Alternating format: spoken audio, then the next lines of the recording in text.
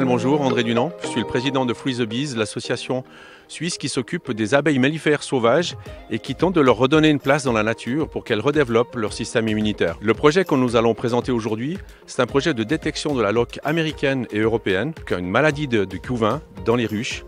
L'idée, c'est de travailler avec des chiens pour que eux reniflent justement ces bactéries, ces mauvaises odeurs, et que grâce à leur savoir-faire, on arrive à détecter très rapidement et de manière non intrusive ces loques américaines et européennes dans les ruches.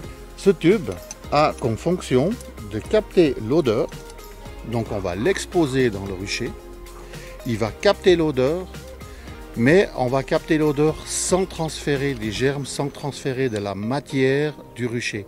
Donc on va transférer uniquement l'odeur dans ce tube.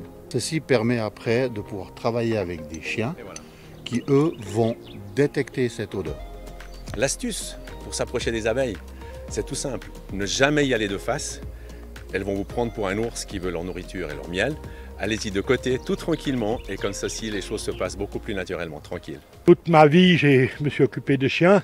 J'ai commencé avec un chien d'avalanche, après des chiens d'explosifs et de stupéfiants. Et maintenant, je forme ces chiens pour la détection de la loque. Comment on forme un chien? C'est très simple. Le chien, comme tous les animaux, réagit au réflexe de Pavlov. Ça veut dire que chaque fois qu'il a le comportement que nous, on désire, on le récompense. Et une fois que le chien il a compris ça, c'est très facile à continuer. Par contre, c'est un entraînement hebdomadaire, plusieurs fois par semaine.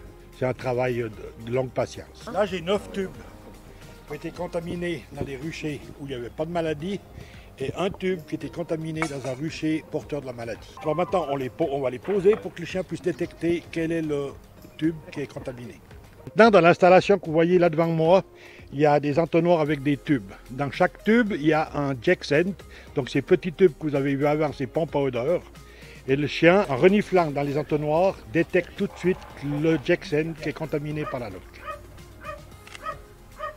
T'as calé la pipi, c'est bien. Pour cette détection-là, c'est toujours 3 chiens, voire 4 chiens qui passent. Il faut que les 3 chiens aient le même résultat avant que nous, on dise « Ok, cet échantillon, il est positif » et le laboratoire confirme après.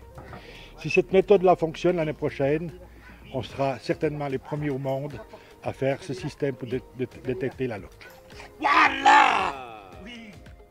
Ce prix est bien sûr très important pour nous car il nous permettra de boucler notre budget. Nous avons un budget de 120 000 francs pour cette année. Nous avons demandé à de nombreuses fondations, les dossiers sont partis, mais évidemment, ce prix que nous pourrions gagner est très important pour nous pour la réalisation du projet.